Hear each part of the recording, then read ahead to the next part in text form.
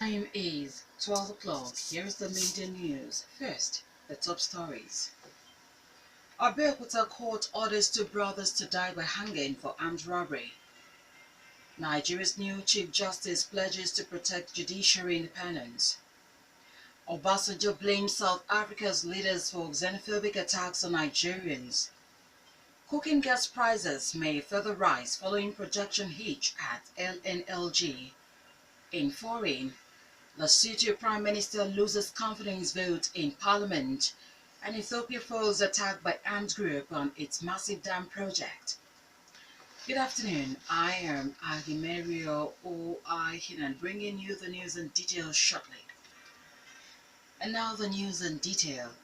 An Abeokuta High Court has ordered two brothers to die by hanging for armed robbery at Ajebo near Abeokuta, the Ogun State capital.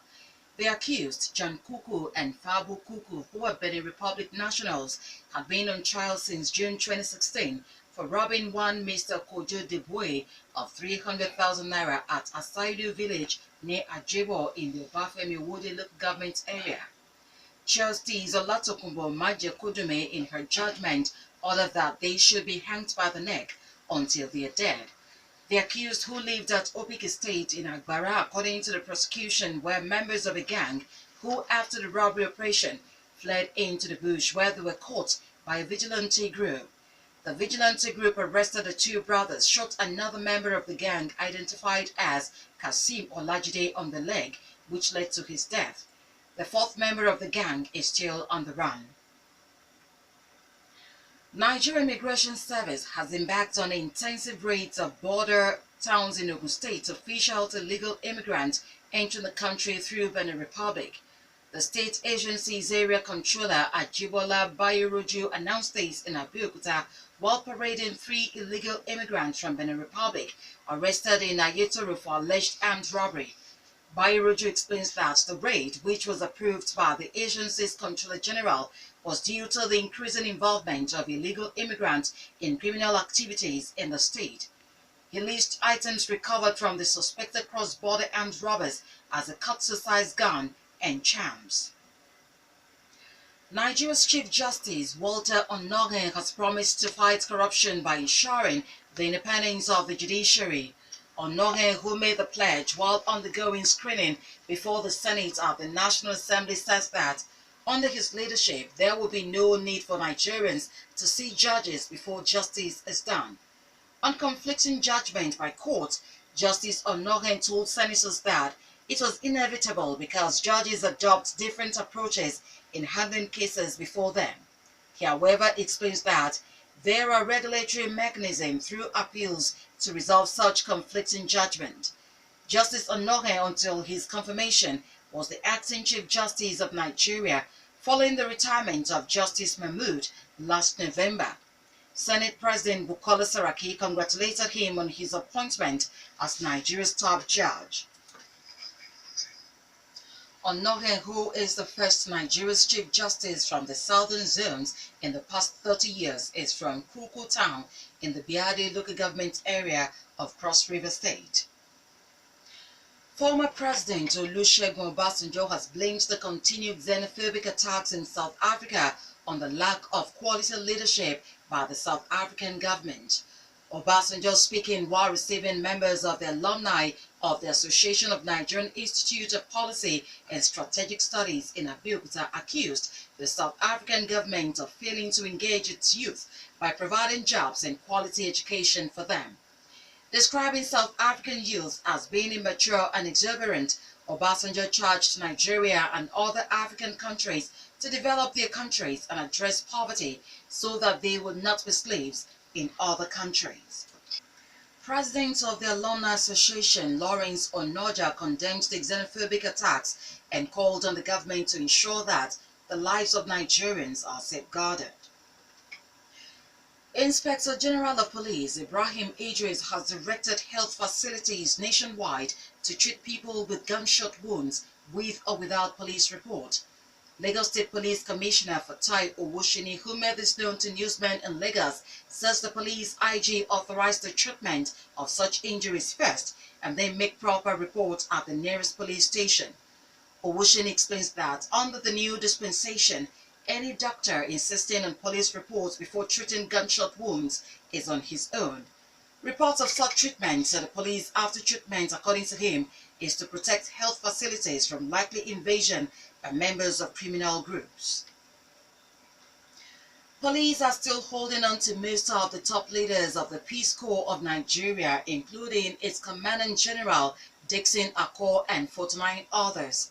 They were rounded up on Wednesday during a raid on the organization's headquarters in Abuja. Force headquarters spokesman Jimoh Moshood told newsmen in Abuja that the raid followed intelligence that the organization was acquiring weapons and conducting covert military training in different locations nationwide. Training camps of the organization, according to him, have since been shut down in Kwara and Katsina State. Describing Peace Corps of Nigeria as an illegal outfit, Moshood says it has no right to distribute uniforms to its members, parade itself as a security outfit, use ranking insignia, as well as badges of rank patterned after those of the police, the military and paramilitary bodies. Force headquarters also explains that the flag of the organization resembles that of the Gambia, while its beret is like that of the United Nations mission. You're still listening to the Midday News from Rock City 101.9 FM. Up next, we bring you foreign business and sport news. Please do stay with us. On the foreign scene, Lesotho's Prime Minister has lost a non-confidence vote in Parliament, depending and deepening the political uncertainty in the country ahead of a snap election likely within 3 months. The vote against Pakalita Mosisili, head of a coalition government, came 2 years after his Democratic Congress DC ousted former Prime Minister Thomas Tabani's All Basotho Congress ABC, uniting with smaller parties. Now it is Tabani's ABC that leads a coalition of opposition parties, including the Alliance of Democrats AD Party, a group that split from DC last year in an effort to remove Mosisili. Members of Parliament voted in favor of replacing Mosisili with AD's Moyani Moleleki. Mosisili now has 3 days to either resign in favor of Moleleki or advise the king to call elections, which could be held within 3 months. But Fako Likoti, Mosisili's political advisor, said the premier would not step aside. Ethiopia says it has foiled a planned attack by an Eritrea-backed group on its massive dam project, the Grand Ethiopian Renaissance Dam. Deputy government spokesman Zadik Abraha said that 20 members of the armed group were killed earlier this week. The spokesman says the other members escaped to Sudan, which then handed them over. Ethiopia's dam project is about halfway complete and has been a source of regional tension. Egypt has long suspected it will reduce its share of the Nile River. Now in business. Prices of domestic cooking gas may further go up following a production hitch at the plants of the Niger Liquefied Natural Gas NLNG in Bonny River State. The company says it has not been receiving supply of natural gas following an explosion that hit a major gas pipeline on Wednesday last week. The NLNG said no casualties were reported and the incident, which occurred last Wednesday, was being investigated. LNLG Managing Director Tony Atta, addressing newsmen on the sidelines of the ongoing oil conference in Abuja, explains that although the pipeline impacted did not belong to the NLNG, the company has a pipeline in the same corridor.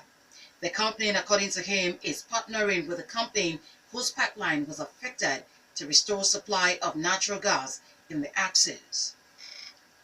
Meanwhile, Warri Refinery has been shut down following a fault in the gas turbine generator feeding it with electricity. The 125,000 barrel capacity refinery, which resumed production last January after the repair of its crude distillation unit, has been producing kerosene, petrol, and diesel.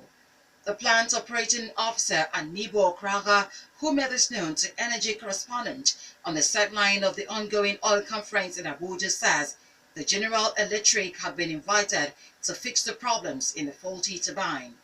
Other refineries in Port Harcourt and Kaduna, according to him, are still producing up to 60% of the installed capacity. Also functioning is Nigeria's first refinery in Port Harcourt, which recently resumed production after a shutdown for about 10 years. Finally, sport news. The Nigeria Football Federation (NFF) has announced a 25-man squad that will make up the Super Eagles for friendlies against Burkina Faso and Senegal.